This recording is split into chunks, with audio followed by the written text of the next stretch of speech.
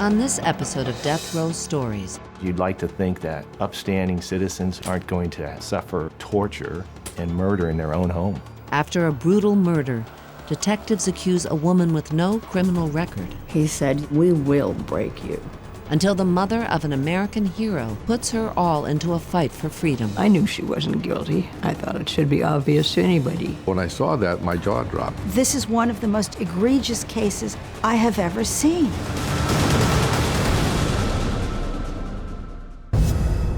There's a body on the water. He was butchered and murdered. Many people proclaim their innocence. In this case, there are a number of things that stink. This man is remorseless. He needs to pay for it with his life. The electric chair flashed in front of my eyes. Get a conviction at all costs. Let the truth fall where it may.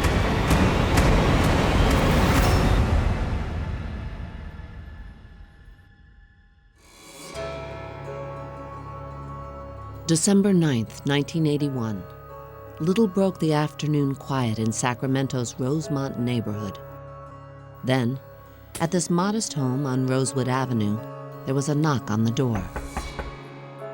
Ed Davies was in the kitchen. His wife, Grace, checked out the window and opened the door for a repairman.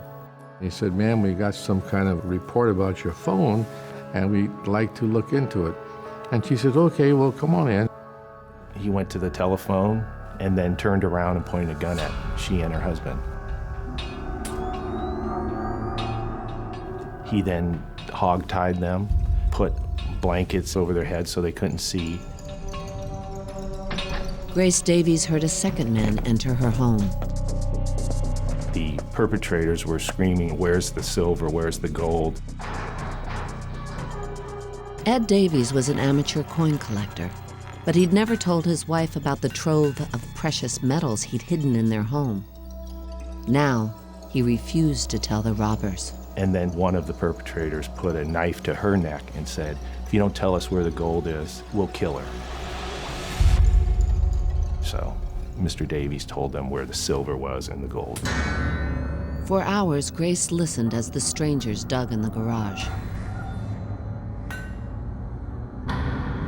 Then, one of the men walked back into the kitchen, and Grace was confronted with an unfamiliar sound. She heard a ping, and then she felt her husband's legs kind of like quivering on her legs. And then Grace heard a similar sound and probably didn't realize it, but the sound was the bullet hitting her head. Against all odds, the elderly woman regained consciousness hours later. Someone had re-entered the house. Grace didn't move. She was half in shock and half just lying still, hoping they would go away. She could tell her husband was moving, and then she heard another gunshot, and then she didn't feel her husband moving at all. Terrified and bleeding, Grace eventually freed her hands and tried to dial 911, only to find the line had been cut. She dragged herself to the couch and collapsed.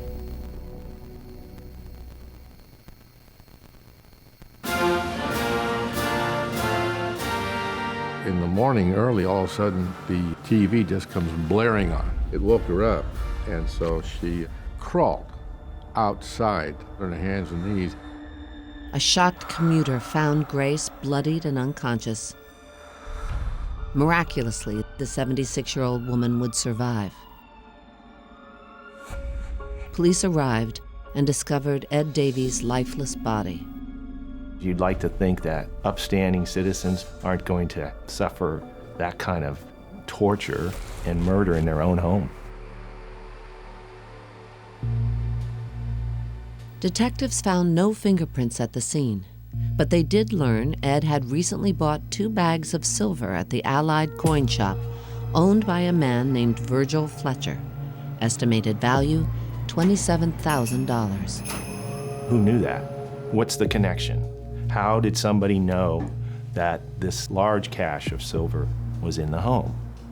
During an unrelated arrest days later, a local criminal told detectives who might have done the Davies job. That was Gary Massey and Stephen DeSantis. They were well-known thieves, ne'er-do-wells, thugs. They'd been in and out of custody for various crimes. I don't think the police were at all surprised. Stephen was an angry young guy that just didn't know how to make a living other than robbing people. Gary is unstable. He was a regular drug addict who had more ins into the criminal element. And the first thing the police did was go after Gary Massey and Stephen DeSantis. Police launched a manhunt, but for days came up empty-handed. Meanwhile, Grace Davies recovered and told police that a suspicious woman had come to her door a week before the robbery. Police now believed there was a third conspirator, and their suspicions were confirmed when Joanne Massey, wife of suspect Gary Massey, appeared one day at the sheriff's department. Joanne was not a dumb woman. If you're the one to give the information, you're the one to get the better deal. The first thing she did was say, my husband was involved, but Stephen DeSantis fired the shots. Sheriffs demanded to talk to Gary, and Joanne promised she would bring him in. But detectives also wanted to know how Gary and Stephen had learned about Ed Davies' treasure. Joanne came up with Gloria. She said a woman named Gloria helped plan the robbery. Gary is completely innocent, and it's Gloria and Stephen DeSantis who are totally responsible. The new suspect was Gloria Killian, a 35-year-old divorcee and law student. Gloria was renting a room from Virgil Fletcher, the owner of Allied Coin, when she saw the Davies murder reported on TV. I said, oh my God, that's horrible. That poor woman had actually lived and crawled out into the street, and all those horrible things happened to her. It was awful. A week later, Gloria was helping out at her boyfriend's auto body shop when police came calling. We didn't happen to have a customer scheduled in, so we were going to close for lunch and have sex. We got everything locked up. You know, I'm busy taking my shirt off. And there comes a knock on the door.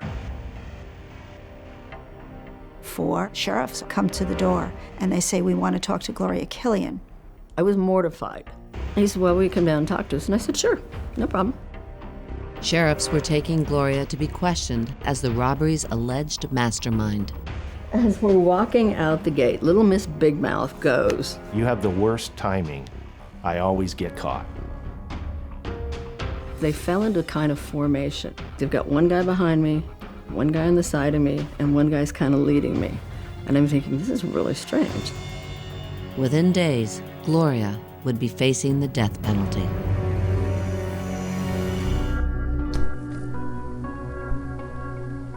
On December 16, 1981, sheriffs brought Gloria Killian in for questioning.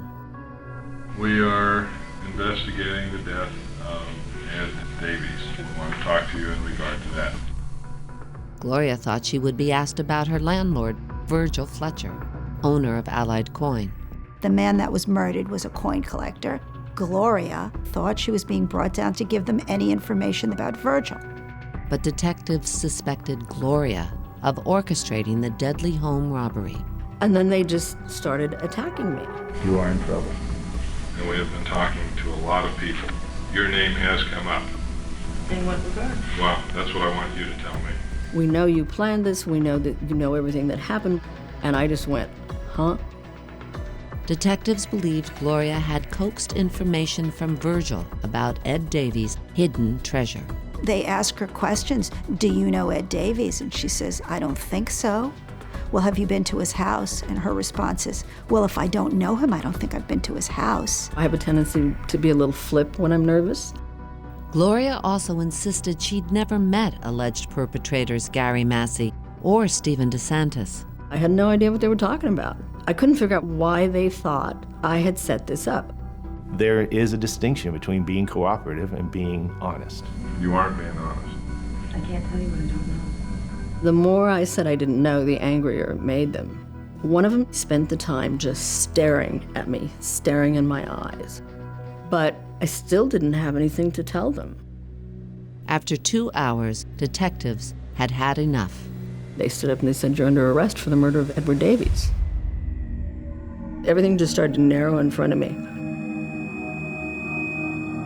And it was almost like what I could hear were echoes, but I couldn't really hear what they were saying. You don't want to take the polygraph, is that what you're saying? I'm saying if I'm being arrested. No, we ask you, give us a specific answer. You I don't know, want to take but I don't want to answer any more questions if I'm being arrested. You know, whatever's wrong with these fools, I am not talking to them anymore. Well, that made him really mad. A detective handcuffed Gloria for the trip to county jail. He said, you are going someplace that no nice little white girl like you has ever been, and we will break you.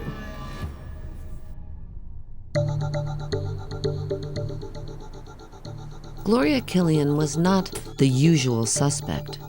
A year earlier, Gloria was on her way to becoming a lawyer. No mean feat for a 35-year-old wife and stepmother who never attended college. All her life, she had loved the law. She studied at home for the law boards and scored incredibly high. I was married at the time. I was bored out of my skull. I absolutely, totally believed in the law, and they accepted me. But Gloria's personal life disrupted her law school career. She got into a dreadfully difficult love affair. She was married, he was married. Gloria divorced to be with her lover, but the relationship soon turned ugly.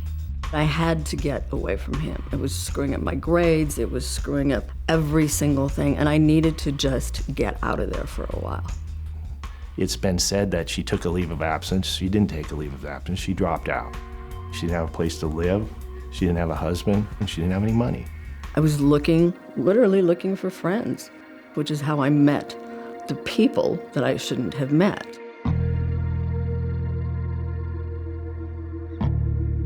One of Gloria's new best friends was a 60-year-old woman named Neva Snyder. I really became very fond of Neva. I probably was looking for a mother because she was that much older. What I didn't realize, because I didn't have a scrap of street sense, was that they were someone involved in the drug trade. Neva Snyder dealt methamphetamine. Gloria succumbed to temptation. As someone who hadn't the faintest idea that it was okay to express her feelings, I think self-medication was the answer. A pill here, a pill there, some powder here. Well, that was all fine. That's where the sort of criminal element of that little area hung out, Neva Snyder's house. Gloria got herself involved with the wrong crowd. The regulars at Neva Snyder's house included Gary and Joanne Massey. The day after Gloria was arrested, Gary finally turned himself in. Gary was known to use a lot of Valium, and he mixed it with street drugs, including heroin. And he was catatonic. Gary refused to answer questions, but his wife had already confessed for him and implicated Gloria. 2 days later, with gunman Stephen DeSantis still on the run, Gary and Gloria were arraigned together in a capital murder case. The electric chair flashed in front of my eyes. There is something about hearing the word death. That really does take you to another plane.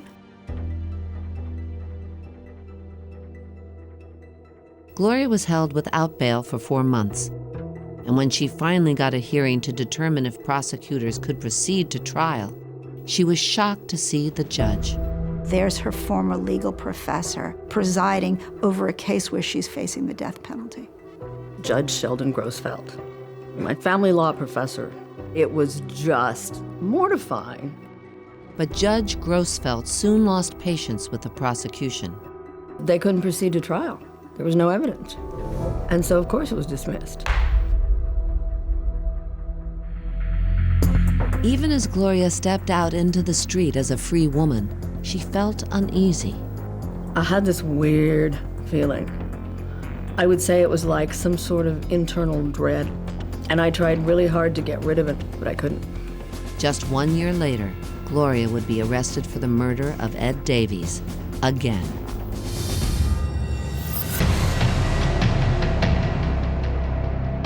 One year after the murder of Ed Davies, alleged gunman Stephen DeSantis was still a fugitive.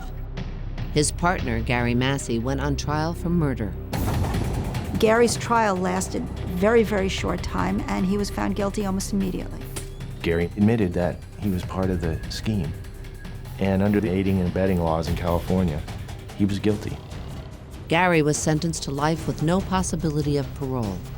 He didn't see it coming. A lot of people feel that it went beyond where I wanted it to go. I didn't do the shooting. Everyone will realize I'm not guilty of murder. and they have no clue that they are standing on that railroad track, and the train of guilt is about to run them right over. When the reality of his sentence hit, Gary quickly requested a meeting with police. Gary tells the sheriff's department, "I want to talk now if you're willing to listen." He wanted a reduced sentence, and he didn't want to be known as being a snitch. He thought he would get a knife in the back. And he wanted immunity for his wife. But why would Gary Massey's wife, Joanne, need immunity? The answer would only emerge months later in the halls of the local courthouse. A grandmother named Elizabeth Lee spotted Joanne Massey and rushed to find a court officer. She says, "I just solved my case. They're the people right there." And she pointed at Gary and his wife. Lee had also been the victim of a home invasion, and just like Grace Davies, Lee said a suspicious woman had come to her door. She was now certain it was Joanne Massey. The assistant DA was in the courthouse, but his reaction was not what Lee expected. They hustled her out of the courtroom, saying, "We can't have this." That was the end of it. Just as Gary Massey had requested, the prosecutor turned a blind eye to Joanne's alleged crimes. He also moved Gary to a new prison under an assumed name. And a reduced sentence? That would be decided at a later date. And then Gary became the chief witness for the prosecution. Gary Massey says, Gloria Killian's the one who gave me the information. Gloria Killian told him about the Davies and went with him to the house a week or so before. Gary now painted Gloria as the crime's mastermind. Unfazed by the murder, Gloria had called Gary afterwards to demand her take. 1 year after she was released, sheriffs arrived at Gloria's work again. Now, because of what Gary is saying, they can arrest Gloria again. When they start unsnapping their holsters, this is not the time to discuss it. Again, Gloria was locked away without bail, the death penalty looming over her. I had terrible nightmares. I'm in a prison and I can't get out. Someone's chasing you don't know who. I was afraid. But in late 1983, a California Supreme Court ruling changed everything. People charged as accomplices to murder could no longer face execution.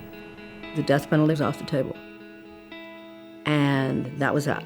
And since she doesn't get the death penalty, she's allowed to be out on bail. Gloria was eligible for bail, but there were objections from the new prosecutor on her case, an assistant DA named Kit Cleland. Kit Cleland was far more emotional than the first prosecutor. He was just angry and very sarcastic. You know, she's a murderer, she's a killer, she's gonna run. And Cleland seemed to feel that he was the avenging angel of God. The judge didn't buy it. Look, did you pull her off an international flight? Or did you catch her running down the road? And Cleland went, no, not exactly. And the judge said, you know what, she's on $25,000 bail and you can leave her alone. Gloria was free on bail for almost 2 years, but waiting for her day in court proved to be an emotional roller coaster. I would go from thinking they will never convict me of something I didn't do to thinking they're gonna send me away for 1,000,000 years. I did everything I could to avoid it. There was no way that I could even cope with the idea. Shutting herself off, Gloria missed some critical developments. The FBI discovered Stephen DeSantis, holed up in Texas. He went on trial in 1985. I acted as if it had nothing to do with me at all. I should have been studying a daily transcript of it. I would have known that Stephen DeSantis said he never heard of me, never saw me in my life. The star witness against Stephen DeSantis was Gary Massey. The jury found DeSantis guilty of murder and sentenced him to death. Gary would next testify at Gloria's trial, starting just 5 days later.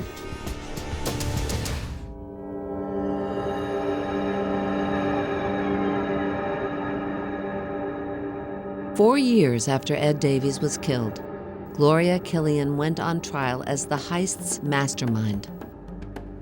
The prosecutor called coin dealer Virgil Fletcher, who once told police that his tenant, Gloria, plied him for information about Davies.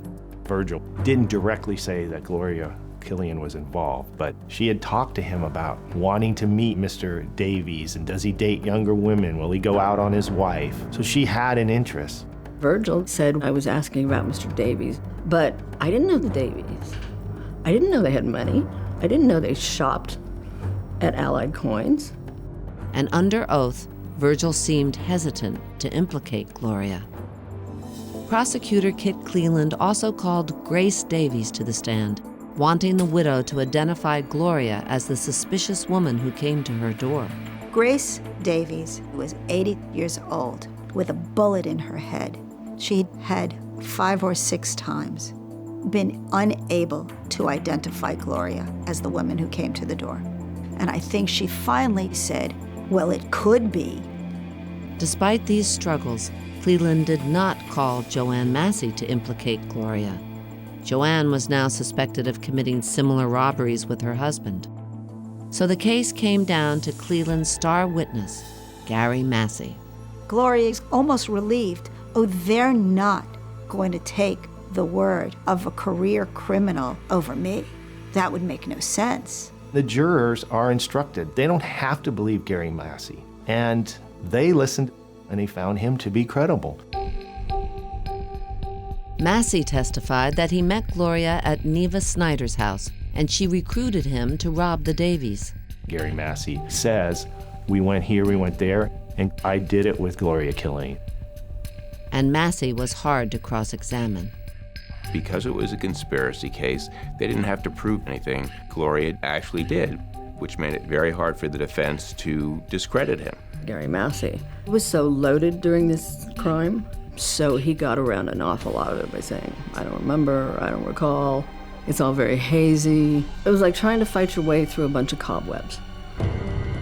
Gloria took the stand, still insisting she didn't know the robbers or the victims. Cleland hammered away at Gloria's credibility, starting with her first statement to police, I always get caught. We were just about to lock up and make love. That's why I said that. You can believe that if you want. Some of her explanations were pretty incredible. Cleland also confronted Gloria with suspicious notes discovered in her date book. They found 3 or 4 pages that really caught their attention. She always looking out window. Grace Davies testified, I never opened that front door unless I'd see who's there. And then don't approach at coin shop, okay? Now it sounds like someone casing the Davies themselves. And the question, where garage, that would be where this silver is that the perpetrators are looking for. That's frankly damning to Miss Killian. Gloria explained that during law school, she moonlighted serving subpoenas. I had a lot of 1-2 word notes. I had descriptions of houses 30 miles out of town in Elk Grove or next door.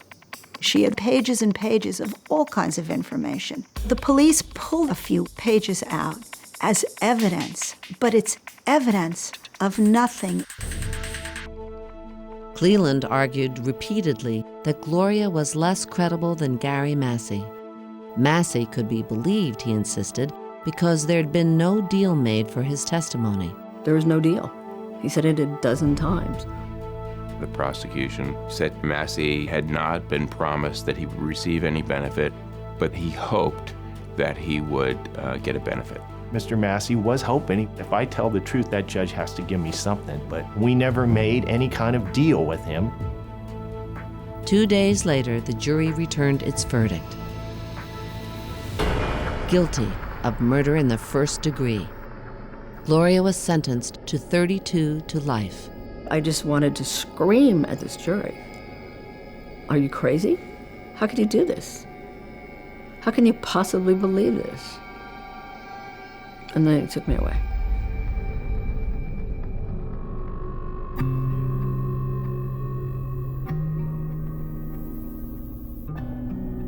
I lost every single thing that I ever had.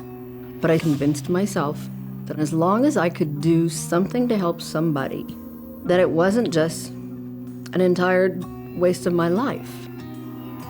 In prison, Gloria used her legal training to write appeals for fellow inmates, and even an article that helped expand battered women's rights. But Gloria had no luck on her own case. The state court summarily rejected her appeal. Gloria lost all hope. I could not understand how I could be so betrayed by everything I believed in, by the law, by the judicial system. How could I have been so betrayed? I didn't think I was going to make it.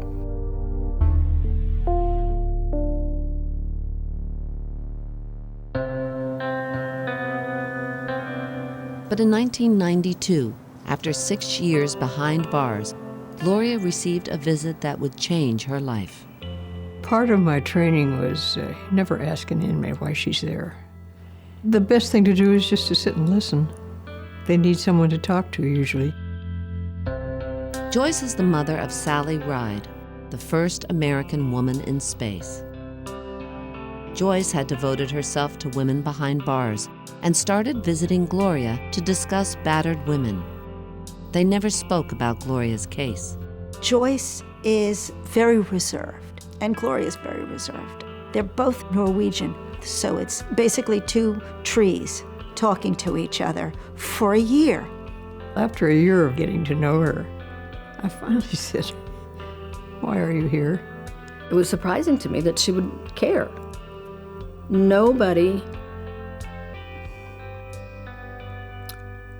cared what happened to me. So I told her. I told her the whole thing. After all these years, I'm a pretty good judge of people. People generally believe if a person is in prison, she deserves to be there. That's not necessarily the case. Joyce sent private investigator Darrell Carlson to visit Gloria. Gloria said, "I don't want you doing this." She said, "I've had enough of this for the last few years. I don't want any more. I can't handle it." I think she didn't want to get her hopes up needlessly. And she didn't want to see me waste my money. I did have some inheritance money from my father, which I went through rather quickly. I just thought it was worth the expense. Over Gloria's objections, Joyce hired Carlson, who soon found a note in the case files revealing Cleland's unorthodox relationship with his star witness, Gary Massey. You don't take a suspect in a murder case home for conjugal visits and chicken and dumpling dinners without handcuffs. It seemed like Gary was being nudged into things. But in order to get a new trial for Gloria, Carlson would need clear evidence that Cleland had struck a deal with Massey and deceived the jury. It took Darrell a long time. They were closing doors, and he had to make enemies in the Sacramento courts before that letter showed up. What Carlson found was a letter that had been sealed from the public, a letter to Massey's sentencing judge. When I saw that, my jaw dropped.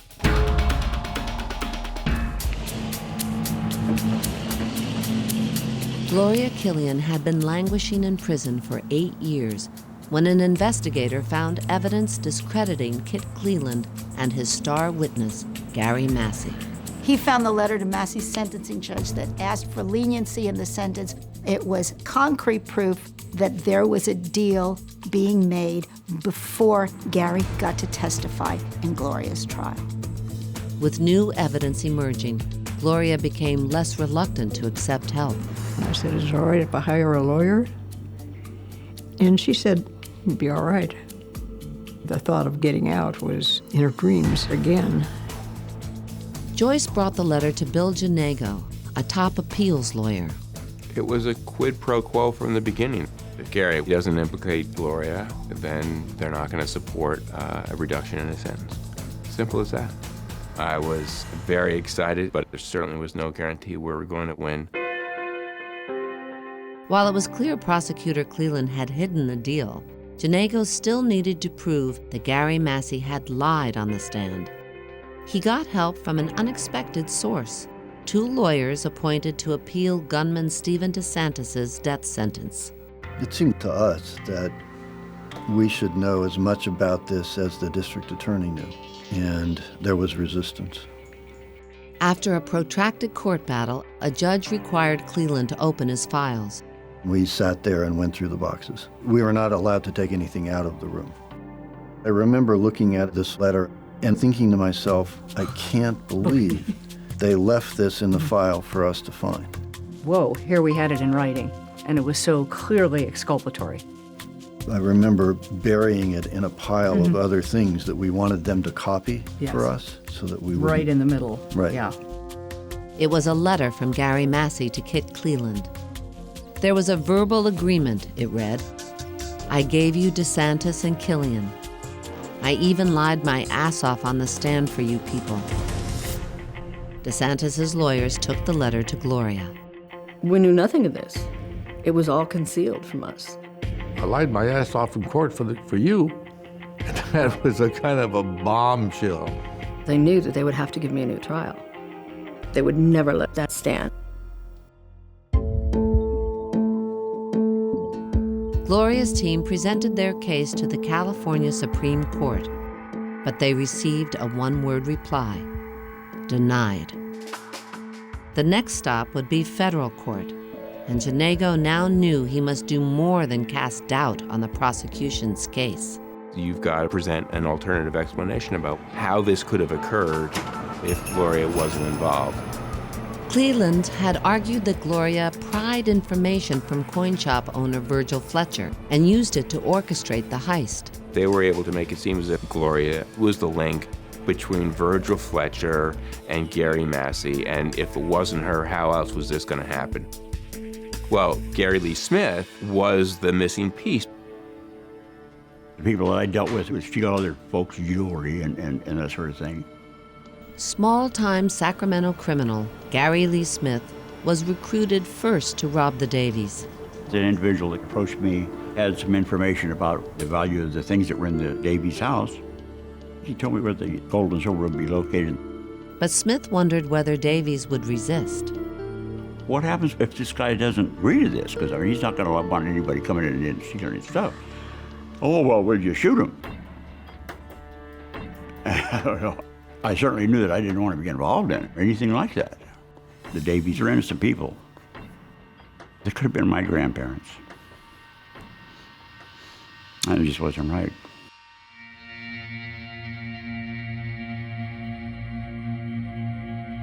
Before Gloria's trial, Smith approached prosecutor Cleland and told him he'd been recruited by a man named Bob Horde. Horde, a convicted felon, was Neva Snyder's son and had connections to Virgil Fletcher. But Cleland never arrested Bob Horde. Instead, he pressed Smith to tell him about Gloria Killian. I told them I didn't know her, but they said, well, what was her involvement? I said, none, not that I know of. It should have caused them to reevaluate their case, but they had already made up their minds about what happened here, and they were filtering out information that was inconsistent with that, which happens all the time. They took the information, and then that's the last I heard of it. For Smith's story to help Gloria, Janago would need to find and convince him to testify in open court, all for a woman he'd never met.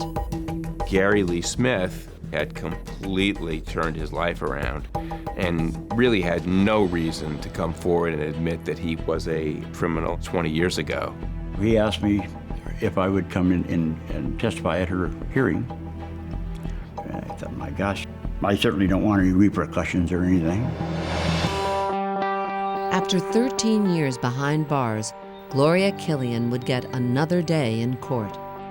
Federal Judge Gregory Hollows agreed to hear new evidence and determine if she'd received a fair trial. Gary Lee Smith decided to come forward. He testified that Bob Horde, not Gloria, had recruited him for the robbery. I had to take off work, but it seemed inconsequential, really, because this gal's life is involved. He said somebody else did it, and that was the first time I kind of got any complete picture of it, and I was just amazed. But the star witness was Gary Massey. This time he would testify for Gloria. Gary Massey was very upset with the prosecution because he felt as if he had been misled. Gary Massey said, they promised me no more than 12 years. They said it would be in a federal prison. They said I would get drug treatment. I got none of that stuff. Now, Gary Massey was ready to come clean about perjuring himself at Gloria's trial. I read passages of his testimony at the trial, and I said, was that the truth or was that a lie? And he said that was a lie. And that was exactly what I wanted to get from him. And all of a sudden, the judge decides to question Gary Massey himself. That's almost a challenge, I think, is the way that Massey saw it. Is everything you said on the witness stand a lie? What's your response to that going to be? No, not everything.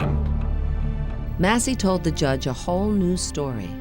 Gloria was involved, but only as a pawn of the real masterminds. And eventually, Massey cut her out of the deal. But after Massey was convicted, he told Cleland what he wanted to hear, that Gloria planned the crime. The testimony completely changes. Yeah, she might have been involved in the beginning, but really she had nothing to do with it. That's not unusual for witnesses to hedge, but Gary Massey never came off the point that Gloria Killian told him about the Davies and that she went with him to the house a week or so before. So he's trustworthy. Gary Massey says to the judge, I lied on the stand. Straight up. The conviction isn't valid. But that's not the way the evidentiary hearing turned out. Judge Hollows ruled that Gary's perjuries amounted to harmless error. Massey's deal, he wrote, had not been concealed since the jury could have inferred it. He denied Gloria's appeal. When he said he still thought she was guilty, I thought, you're not a good judge. Why are you here? 6 judges had ruled against Gloria. Joyce was out of money. Their last chance was the Ninth Circuit Appeals Court, which had reversed just one such ruling in the past decade. This was the last step in the process, and we had lost all along the way. But this was her life. That's a huge responsibility and one that anyone would take seriously. Now working without pay, Janego submitted the appeal to the Ninth Circuit's 3-judge panel, led by Judge Michael Hawkins. I was the United States Attorney for 4 years. I prosecuted plenty of cases myself.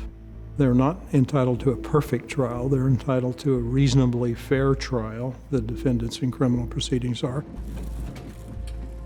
A year after filing, Janego made a 15-minute oral argument to the court. Then they waited.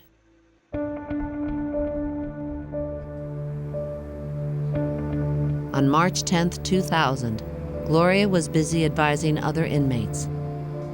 She had been behind bars for 14 years. Somebody came running over and said, "You're still here?" And I said, "What are you talking about?" And she handed me the article from the LA Times. And that's how I knew. Gloria, you're going home. That was the only time I cried. I was just glad to hear it, finally. What I had known for a long time.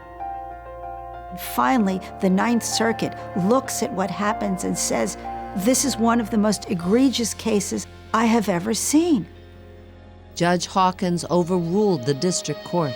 Massey's perjury wasn't harmless. The make or break witness. If you have reason not to believe him, then you have some lack of confidence in the jury verdict. The testimony of a thoroughly discredited perjurer, that's what they said. We would say he's a liar. Cleland also should have disclosed his deal with Massey. Gary Massey should have been confronted with the fact that he really did have a deal with the prosecution. In a fair proceeding, a jury should hear it all. Together, Hawkins wrote, these errors were devastating to confidence in the process. Still, Prosecutor Cleland fought the ruling all the way to the Supreme Court without success. 6 months later, Gloria was freed. In a rare step, the State Bar eventually admonished Cleland for hiding evidence. The state of California finally stood up and said, this is not right. The DA's office chose not to retry Gloria. But Cleland insisted he had not a scintilla of doubt about her conviction. Gloria likes to say, she's exonerated. She's factually innocent. No, there were some mistakes, but Gloria Killian was involved. And I would still suggest that the blood of Ed Davies is on her hands. I think she could do a lot better by saying, I was trying to make a quick buck like all the other people at Neva's house, and I would not do that again. That would make me respect her a little more than I do at this point. I have a short response to that. Try the case. Shut up and try the case. Okay? If you got proof, go to court. Prove it. If you don't, move on to the next case. Be a man. Our legal system is constructed in the idea that you're innocent until proven guilty. So unless you've been proven guilty of something, you are innocent. Whether you say that she's not guilty, innocent, or exonerated, that's just the right way to think about it. Gloria was finally free, but she had nowhere to go. All of her relatives had died while she was in prison. So I said, I have a 3-bedroom house. She's easy to get along with. So am I. 30 years ago, Gloria was vulnerable to unscrupulous criminals or zealous prosecutors because she was alone. Gloria didn't have people. She didn't have money. She was easy prey. Now she's got people. She's devoted her life to helping the women that she left behind.